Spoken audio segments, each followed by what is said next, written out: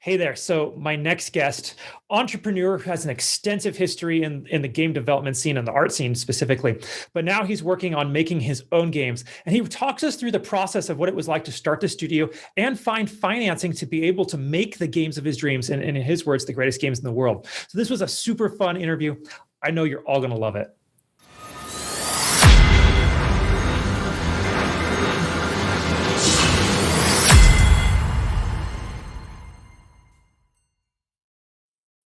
Hey there, everybody. Welcome back to the Gamerpreneur podcast. I'm your host, Dr. Bradford Carlton. Today, I have a very special guest with us. I have Chris Haga. Hey there, Chris. How's it going? Hey, how you doing? It is a beautiful sunny day in Las Vegas. How about yourself? Man, it's really humid here in Fort Worth. So it's very nice, though. All right. So, Chris, I know you've seen my show, so you understand I don't do a lot of small talk. Let's just get right into it. So let's begin by just telling us a little bit about yourself, please. Yeah, so my name is Chris Haga. I run a game development studio. Our product is, we make mobile games. Like, technically I have all this stuff written down. But we, actually, like, ever since I was 6 years old, I've been wanting to make games. Like, it's literally all I've ever wanted to do. And I've dedicated my entire life to the pursuit of that insane purpose. So the purpose of our organization is to make the world's greatest games. That's what we want to do. Totally ambitious goal, but nothing great happens by accident. And so right now we're focused on the mobile gaming market because it's a very fast growing market, and it's very easy to iterate on your product with customers to find product market fit. So, and we love mobile games actually. So yeah. All right. Okay. Yeah. Now, that gives us a lot to talk about. But before we do that, I start every interview with a single question. So I'm going to ask you, just like I ask everybody else, on a scale of 1 to 10, 10 being high, how weird are you, Chris? Yeah. That's such an interesting question. I feel like if you were in a helicopter flying over Fort Worth looking down, I walk to work every day and almost nobody does that. So that's pretty weird. But in my regular life, I guess I am weird. I start a company. I don't like being told what to do. I have my own path on things. So perhaps a 10, maybe. I don't know. It depends on how you define weird. It's a good question. Okay. So you walk to work and you decide to be an entrepreneur and you think you're a 10 out of 10. I love it. Yeah, probably. Yeah. Okay. Now this is the Gamerpreneur podcast. So I do need your gaming cred. You said you wanted to make games your entire life. But when did you first start playing video games? Yeah. So boy, that's a good question. The first game I can remember playing was Mega Man 2. And I couldn't actually beat, there was one particular boss, anybody who's ever played Mega Man 2 will tell you. It's the dragon with the 3 cubes that disappear. And I don't know how old I was, so I was very young. But I could not, for the life of me, even get close to beating that boss. And I had to have my dad help me. So that was probably the first game that I definitively remember playing a lot of. And then before that it was chess. Okay. And I'm assuming your love of video games has continued since, and you've been playing since. Absolutely. Yes. Okay. So, all right. And what do you play today?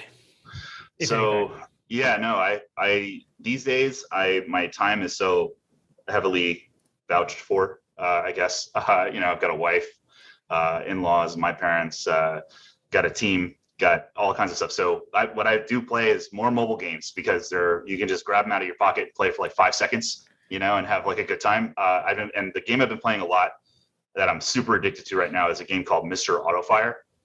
If you have an addictive personality, do not touch that game. It is crazy sticky. So it's very good. It's very fun though. Okay. Now, before we started rolling, you've kind of harped on the fact you're an older individual. Oh yeah. 40. So you've had the opportunity to play a lot of games over the years. What would you say is your number one all-time favorite, though? EverQuest. Yep. So PC game, MMO, came out in '99, maybe. Mm-hmm. And I would say it's either going to be EverQuest or Diablo 2. Okay. Why EverQuest out of all the others? EverQuest. So I used to EverQuest is it's an MMO. And so the way that I think about that kind of game is it's like a social status hierarchy simulator. And it had items in the game that had real world value. And so when I was in college, I would buy and sell items in the marketplace to make a little bit of extra side cash. And so I still to this day have almost every droppable items in EverQuest memorized. Yeah. All right. Yeah. So that's and then Diablo 2, I probably have 10,000 hours in Diablo 2. So those are the two games. You looking forward to Diablo 4 coming out? Well, I have friends that work on that product, and so I am. The art style is finally like what I want, which is like gritty, dark, Diablo style. It's like dark, low dark fantasy. You know what I mean? Dark gothic fantasy. Like, thank you. That's what I want. The game looks awesome. So yes, I am looking forward to it. Love it. Okay, let's get over to the preneur part, because I'm really interested in what you're doing, because you have a lot of advice to give. But before we do that, how about you begin by just telling us a little bit about your professional background and how you ended up at your current studio? Yes. So I knew that I wanted to make games, but it seemed like an impossible task. And so when I was in high school, I did not do very well. I didn't like being told what to do. I have a hard time sitting in class and having somebody lecture at me about things I'm not interested in. And so, yeah, like I thought I was like in high school, they were like, man, you're awful at school. Let's teach you how to be a welder. And so I actually like did that for a little bit in high school, and I really enjoyed welding. And I was telling my best friend, Patrick, that I grew up with, we grew up in Louisville, Texas, and it was maybe 40,000 people when I grew up. So, and it's kind of a little bit more remote. And I was like playing, I was doing a lot of welding, and I was like, man, I think I really like this. I'm going to do this, And my best friend Patrick was like, dude, you're a fantastic artist. Like, he's like, really believed in me. He's like, you need to go to an art school and like really turn that into something. And so I took his advice, and we went up to the Academy of Art College in San Francisco, where I pretty much obsessively, because all throughout school, all I did during class was draw. It was the only thing I could do. I had no interest in learning when, Abraham Lincoln died or anything like that. I had zero interest in learning any of that. It seemed completely irrelevant to my life. And so I was like, I'm going to draw, and so I just would draw all day. And so I eventually went to art school, and really, when I got to art school, I realized like, man, I'm pretty skilled relative to everybody else here. And I started thinking like, man, I want to work at Blizzard. Like, I played so much Diablo 2. What can I do to go work on Diablo 3? I know they're making Diablo 3. And so the Blizzard guys eventually came to my school to give a talk, and I forced my way in because I had like a 2.0 GPA, because my degree was all in like, computer graphics for movies, because this is back in early 2000s. So they're like, video games, why do you want to do that? So all my classes were like high poly modeling. How do you use Maya? None of them were how to make games. And all I want to do is make games. So I did the minimum amount of work for my curriculum to be able to get a 2.0 GPA so that I could focus the rest of my career on how to make games. So the Blizzard guys come and do a talk at the campus. I force my way in, and I'm like, you have to look at my stuff. All I've ever wanted to do is work with you guys. Look at my stuff. And they hired me. And so I got hired before I graduated college, which was awesome. That's awesome. I went to go work on the Diablo 3 team. And I worked on the Diablo 3 team at Blizzard for 7 years, which at the time I quit was like 28% of my life. So I worked on Diablo 3 for a very long time. It was an epic experience. And then after that, I started a company, and we were reasonably successful, and I got super sick. And Riot made me an offer to come and join them. And I took the offer. It was a good offer. I worked at Riot for a number of years in R&D and on League of Legends and on some of their R&D projects. And then eventually, when they bought out my shares, I was like, okay, if I have no vested stake in the success of the company, it's hard for me to I can't work 40 hours a week. It's not in my blood. Like 40 hours a week puts me to sleep. And they're asking me to do 40 hours a week. And I'm like, dude, and I have no upside. So if I'm doing 80 with no upside, what am I really gaining here? I'm essentially getting paid, $60,000 a year, right? So, anyways, started another company again, and been on that journey since basically 2018. Been running Looty Games with my co-founder, John. Okay, beautiful. That's a fantastic. That was a long story. That's a wonderful story. I hope it was okay. Yeah. Absolutely. It takes me almost half an hour to tell my story, so I understand. Okay. How about this? Why mobile games? As opposed to everything else out there, why did you focus on mobile? Yeah. So mobile games, like, um, I feel like mobile games, most mobile games are not, they feel like cash grabs to me. And I feel like a mobile game is, as a gamer, and I love games, 99.9% of mobile games feel like the 99-cent sandal aisle at Walmart. And 99-cent sandals are super valuable. So I'm not saying it's not valuable. What I'm saying is I think there's room for higher quality, better games. And the thing is that if your entire business is run by business people that look at business metrics, what can often fall to the wayside is the customer experience. And I feel like a lot of the mobile games are not focused on the customer experience.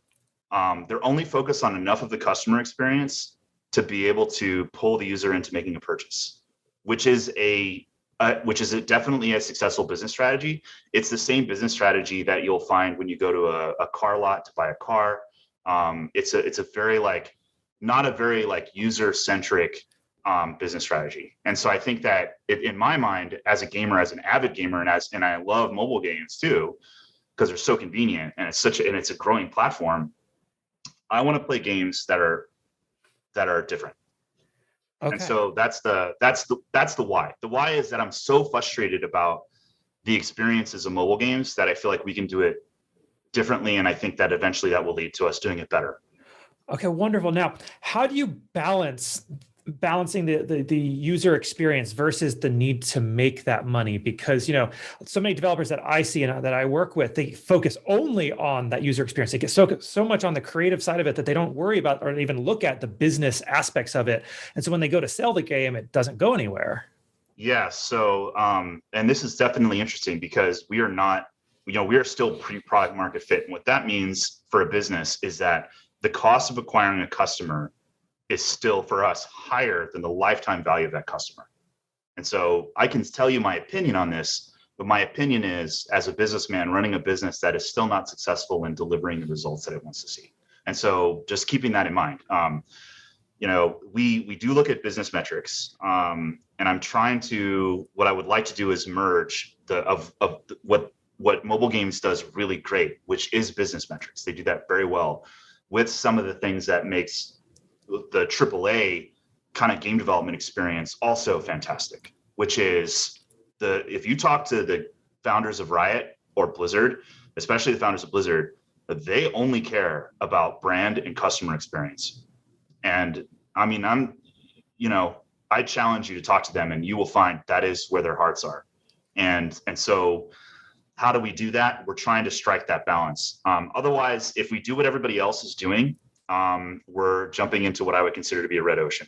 And if we're not pursuing if we pursue customer experience too much, we go out of business. Mm-hmm. And so it's a tightrope to walk. And our metrics have been improving. And the question is, can the team learn how to improve those metrics faster than we go bankrupt? I believe we can. Beautiful. Our investors believe we can. So we'll see. Yeah. Okay. Okay. Now, Chris, how did you learn all of this? Because you went to art school, you worked as an artist, but here you are, talking about lifetime value of customer. You're throwing out business terms. How did you learn all this stuff, and where can other developers, where can other people who are interested in going to entrepreneurship follow in your footsteps to learn this stuff? Yeah. So, I realized that, and I don't feel like I'm a particularly talented artist, but I do know that it was the number of hours I spent putting a pencil to paper, which allowed me to get skilled enough to get hired by Blizzard. And so it's my belief that you can learn anything, and it's just a matter of time and pressure. And are you motivated to learn it? And I guess the best example I can use is, in terms of strategy, is fire is the oldest technology that human beings have, other than language. And fire, almost nobody that I've ever met can actually start a fire from scratch that taught themselves. Anybody that can start a fire from scratch, 99.99% of those people learned it from somebody else. And so there's absolutely no reason. And like the first thing I did when I started my business is I got a mentor, and somebody who finding a great mentor was probably the best decision I've ever made with my life.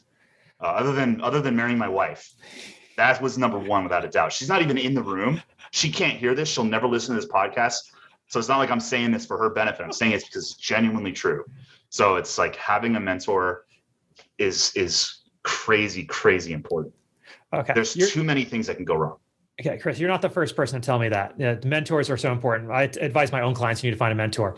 How do you do it? How do you actually go and find somebody? I want nuts and bolts on the show. Nuts and bolts, man. Yeah, let's get to the love nuts and bolts. So you need to identify the people that you respect and admire, the people that you want to be like, and be honest with yourself about who those people are. Because if you want to be a game entrepreneur and the people that you respect and admire are individual contributors or artists or programmers that are like, if the person you admire is like a solo entrepreneur that makes games that is pretty successful, say like Jonathan Blow, then you need to make sure that that's the kind of success and the kind of person that you want to be. And if you want to be the kind of person that's like Vince Zampella at Apex Legends, you need to identify, what I'm getting at here is that you have to identify who these people are, okay? And then create a list. And then these men are very successful and they're very busy. So how do you get their attention? And so you have to think very carefully about, how can I deliver value to these men in such a way that they will be willing to return value back to me and expect nothing in return? And so I'll give you an example. I reached out to many men who were very successful. And the one that eventually I ended up clicking with was Jay. And I emailed Jay and I said, Jay, I'm starting a business. I really suck. I need help. And he's like, I'm busy. I have a board meeting at a very successful fitness franchise with hundreds of locations. So he's on a board of that fitness franchise. And so what I did was I said, all right, he can't meet with me. He's too busy. But he gave me enough information to figure out how to deliver him value in a unique way that would get his attention. And so what I did was my wife and I did about 40 to 60 hours of legwork on this fitness franchise. And we found a business opportunity for them that we think they were drastically overlooking. And I created a presentation that I emailed to him. And I said, if this is how I think you guys could be making an extra about $24 million a year in revenue. And here's the reasons why. And he was so impressed that he actually invited me to give that presentation to the board, in which they said no. Okay, so they were like, who is this guy? Who are you? Why are you here? No, but they did listen to me, but they were like, no, we're not going to do that. But he was sufficiently impressed that I did so much legwork just for the opportunity to be able to have his thoughts.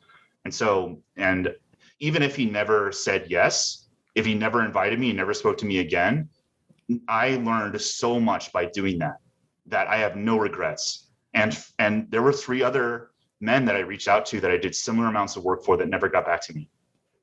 That is fantastic advice. And I'm sure 99% of the people who listen to this will not do that. It's hard.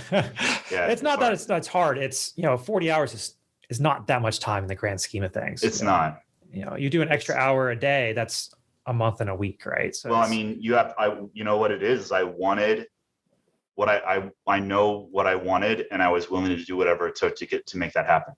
Absolutely. Now, I've had a lot of different people build their own businesses on the show, and a good number of them bootstrapped it. Very few have actually had investors. So I'd like to kind of dive into that side if possible. How did you go about that process to start? When did you first realize or decide you needed an investor? So we started in 2018, and in 2018 we made every single mistake times 5 that you could possibly make. But our superpower, I think, is learning from those mistakes and moving on. So in 2019, we were profitable. And we were profitable with just me and my co-founder. So it's not like we were, sipping champagne and rolling around in private jets. I mean, we were profitable though, which is a big moment. It's like we can go out in the forest and hunt our own, game. So anyways, we were profitable, and we were also developing our product on the side, and we had finally developed our product to the point where it had KPIs that weren't embarrassingly awful. You know what I mean? Like we had like 22% day one retention, right? Which is not great. It said if I was at Riot and I was like, guys, I have a game that's 22% day one retention, they would look around, take me out back, and shoot me in the head. It's not really that good. But for $6,000 a month and burn rate for two guys smelling each other's farts in a tiny office, it's not that bad.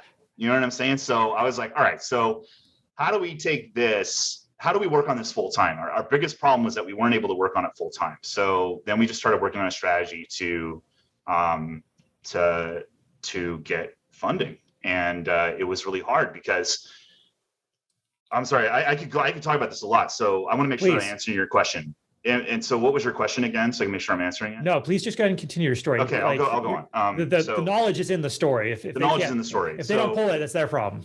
So it's like, okay, so I was an art lead at Riot, right? And that was my title. I managed people, but I also did like products on the side with like teams of 80 people building products from start to finish, but that's not on my resume.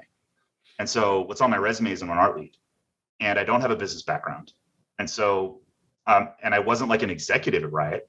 I wasn't even a vice president. I wasn't even a director. I was an art lead. And then my co-founder was a programmer at Bethesda, not a lead programmer, not a vice president of programming, a director of programming. And so it's like, when you look at that team roster, it's like at best we're a B team. And so, and as a result, and it's like, I'm okay with that, by the way, because at one point when I was a kid and I was trying to draw something and I failed, that's just how it is. Like you start off awful and then eventually you get really good if you keep trying, you know? And so anyway, so we're probably at best, we're like a B team. And so as a result, like, sure, a company or a venture capital firm like Greycroft will take my meeting, but they're never going to say yes because we don't meet their requirements. And they're also never going to tell you why, because they don't benefit from telling you why, right? So I had a few of those meetings where like, you know, they're like, oh, that's really cool. That's really cool. And then never hear from them again. You know what I mean? And I'm like, oh, this is awful. This is really hard. Like they're not even telling me why we suck. And so you have to sit and think through like, okay, what do these guys want? Like our prospective investor, what do they probably look like? You know? And so it's like figuring out like step by step who that person is, who those people are. So we need to find angel investors, other entrepreneurs who had business exits that are like, you know, just like that kind of people. Those kind of people are our target audience. People that are in my network, like Jay, like my mentor was a help with this too. So it's like kind of like really trying to, you know, basically you have to just try. Like you have to have, like, if you're going to try and raise capital, you have to have a business case for it. You have to just practice pitching in front of people and failing, and they're never going to tell you why you failed. Like they're just going to they're going to turn off the meeting and laugh at you, right? So which is okay. And then like if I entered a dance competition, everybody would laugh. I'm awful at dancing. It's fine. So like there's I guess what I'm trying to say is you just have to make the decision that you want to raise capital and continuously have a good reason for doing so, and continuously try and try and try and try and try until you succeed. And if you're lucky, somebody that you meet with, like that's happened to us a few times. One of our current investors, actually, we did this presentation with like this angels group, and one of our current investors, I'll just say his name is Bob. That really is his first name. There's a lot of men named Bob, so I won't blow his name. But anyway, so he's like, after we gave our whole presentation, he's like, that's the worst thing I've ever seen, is what he said. And I'm like, whoa, this is great. Like he's telling me it's the worst thing he's ever seen. Why?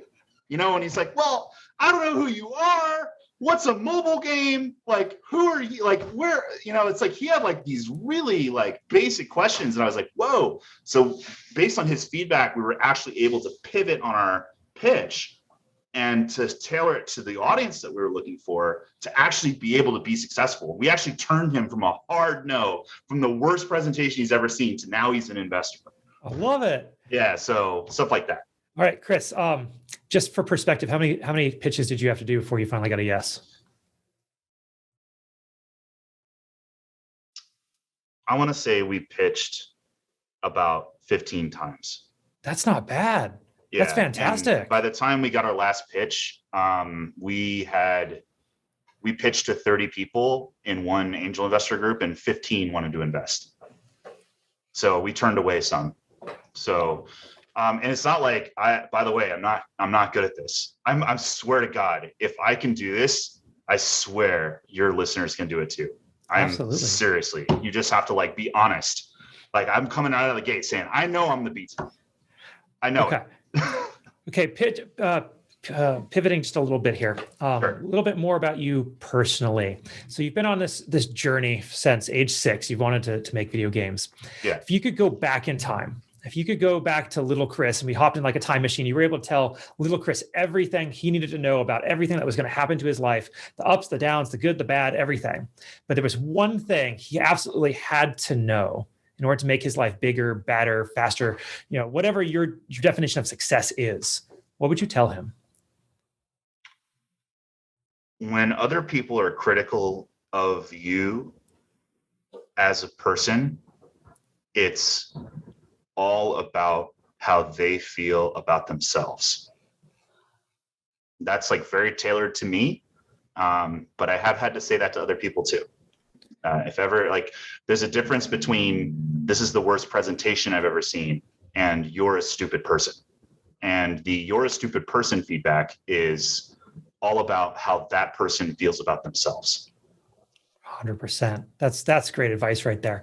A little more personal. You see, Chris, I actually believe that we learn the most in our life from our failures, not necessarily our successes. Oh yeah. You've seen my show, so you probably know this question. Yeah. So if you could tell us what the number one failure in your life is and what you learn from it, how can people benefit from that down in your life? My number one failure. I failed a lot. And so I love hearing that. Yeah, I've failed a lot. I fail every day. I think that when we first started, we initially had a couple of other co-founders that ended up not working out. And the biggest mistake I made was not being self-aware enough to know that me putting together that original team wasn't going to work because I wasn't at a stage in my life and my personal development where I could have made that work, regardless of the talent of the people that I put together in the original team. And so I think that the original failure was the lack of self-awareness and my own assessing my own skill level and being able to manage a team like that successfully. I think that's like easily of my professional life, easily one of the biggest mistakes that I've made. So, yeah. Okay. Yeah. On the flip side, what is something that you're working to improve on yourself today? Yeah, man. I mean, I can tell you that right away. I am such an opinionated person, and I have I have a very like high bar for what I expect in terms of quality. And what I'm working on all the time is making sure that when I'm giving feedback to the team, that it's not giving the team whiplash. And like, I have to be super careful of making sure that I'm sticking to the goals and not the solutions. Like, I try really hard to articulate. So what I'm constantly working on is being better about making sure that we're all unified around the problems that we need to solve to accomplish the goals, not some particular solution that I might think is the right solution. And so that, like, for someone in my position, I feel like probably many people will tell you that kind of thing. I feel like I don't know. That's yeah. Okay, wonderful. Yeah, there you go. All right. Yeah. One more fun question before we bring this in for a landing. All right. Sure. What is something that you think people misunderstand about you the first time they meet you? Yeah, I mean, so I have an extremely high level of candor. And my level of candor only comes from a place of I genuinely want everybody to succeed. That really does live in my heart. And if I give feedback and on something, it's not because I'm being harsh. It's not because I'm whatever. I think people confuse my candor for being mean. And there really isn't any meaning behind the intent. And so I think that's probably the number. And it's also like something I have to work on too, right? So it's both. It's like I have to be better at giving my feedback. I have to be better at leveraging my candor. And I think that people often misunderstand my candor as a critique on them as a person or something, but it's not. I want to say I appreciate that answer, because the word you use, candor, I was told from a young age I was tactless. So I think I'll adopt candor. I like that. Yeah, candor is way better. Yeah. Okay. Chris, this has been a fantastic interview. Thank you so much. How do people find you? Where are you on social media? How do they reach out, et cetera? Yeah, so best place to reach out to me is going to be on LinkedIn. I'm very active on LinkedIn. Send me a message. Any questions you have, I'll be more than happy to try and help you. I really, like I said, I want to see everybody succeed. So if you have any I've lived through a lot of things, seen a lot of things, so you might be surprised how I can help. Beautiful. All right, as we wrap this up, do you have any final thoughts you want to share? Anything I didn't ask you think we still need to cover? No, I just want to say thank you so much for making the time, and I love your podcast. And this is, I hope everybody listening got some value out of it. All right. Okay, Haga, thank you so much. I genuinely do appreciate you coming on today with us. All right, man. All right. And for everybody else, I'm going to remind you all, don't be just a gamer, be a gamerpreneur.